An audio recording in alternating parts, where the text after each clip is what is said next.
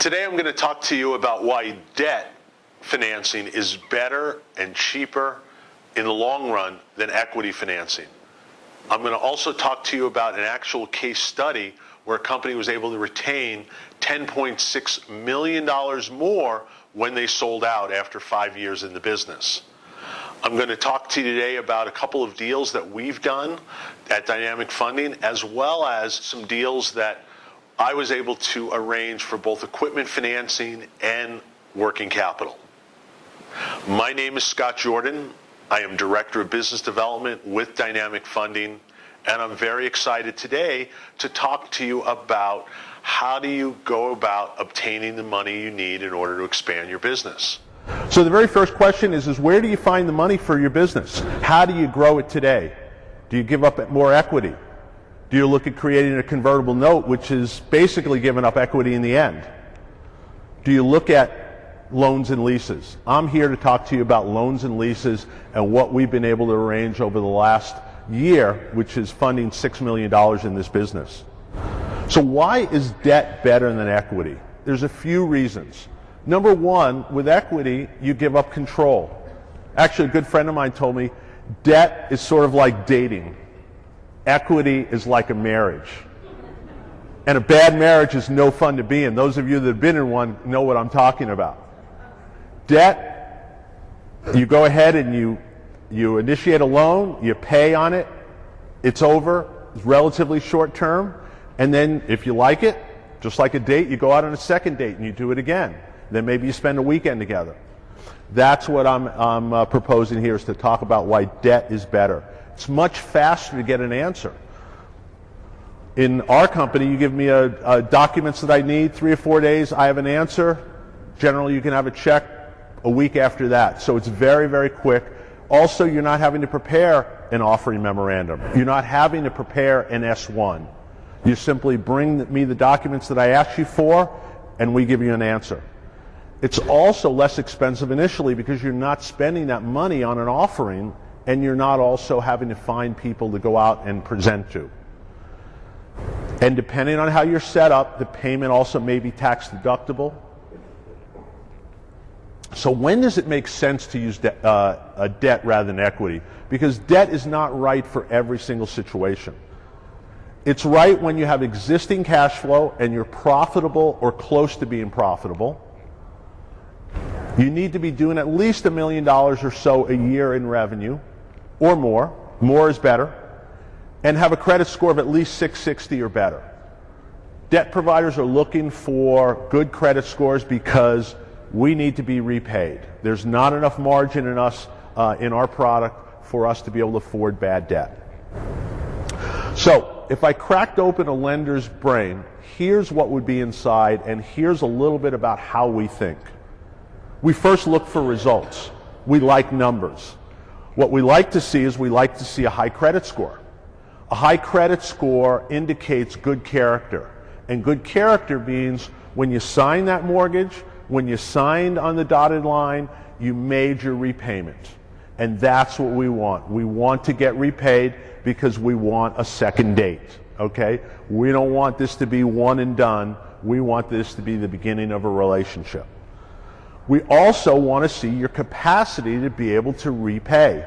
Your capacity to repay is going to be based on the cash flow through the business. That's your profit and loss statement, your bank statements hopefully, or your POS system. We want to know that you have the ability to make that payment from the existing cash flow if nothing changes. If things get better, as most people say they will in the future once they get our money, fantastic. Gives us a wider cushion. But we don't want the payment to help you make your mortgage payment or your credit card payment next month. We also love to see collateral. Having collateral makes us feel comfortable that in a tight situation you can refinance that collateral. We don't want to take it from you. We want you to refinance and simply continue to make your payments. Again, we don't want this to be your last dollar. So let me give you an idea of how a lender thinks in terms of the risk factors. What we see is, in this industry, it's a brand new unknown industry. We don't have a lot of history. 5 years, 6 years is about the most, and things completely changed in Colorado once we had adult use. So we don't have a lot of history. We've got a very unfriendly government. Those of you that are in the business know 280E is just a real ridiculous set of IRS rules, which hopefully Steve D'Angelo and his crew are going to be able to get changed. But it really changes the face of things. You've got banking issues. The only banks are the ones that are staying underground. The banks that are taking deposits are doing it quietly. And we're certainly hoping that we're going to see Fourth Corner be able to break through and be able to actually be able to come above board and be able to offer deposits, because we like to see that all the money that you're getting gets deposited into your account. Rule changes. Every week it seems like the Colorado Med comes out with a new set of rules and a new way to make it more difficult for marijuana business owners to survive. We got the Eagle 20 now with the pesticide rule. We had packaging a couple of months ago. It's an ever-changing environment, and every time there's change, it makes another wrinkle in a lender's forehead. We don't like that. The other issue is there's no secondary market currently. If we have a bad loan, we can't package it up and sell it off to someone else and get rid of the hot potato.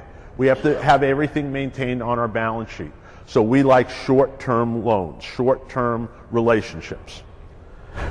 And there's crop risk. Anytime you're growing a crop, no matter what it is, you don't know if there's going to be a problem with it. There might be mites, there might be pesticides. That's a big issue every single month that you harvest. However, there's good news, and that's what I'm here to tell you about right now. Here's the good news. Here's the deals that are getting done. What we were able to do was 9 months ago, we were able to help a company in Colorado, a dispensary with 4 stores, expand to 8. They received licenses in Aurora.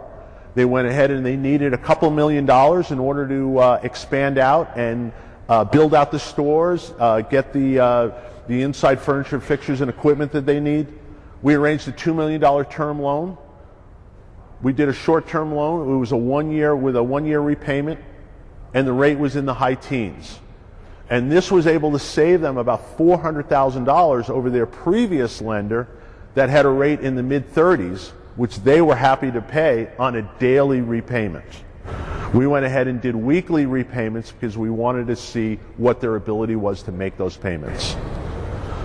We also did an equipment financing deal with a company in San Francisco, a cooperative up there, who wanted to go from 10,000 square feet to 25,000 square feet. They needed about $430,000 worth of equipment in order to outfit their grow. They had lights, ballast, tables. Because they had excellent financials and a long-term banking relationship, we were able to arrange a 3-year term lease with a rate in the mid-teens because we had more collateral and we were more comfortable.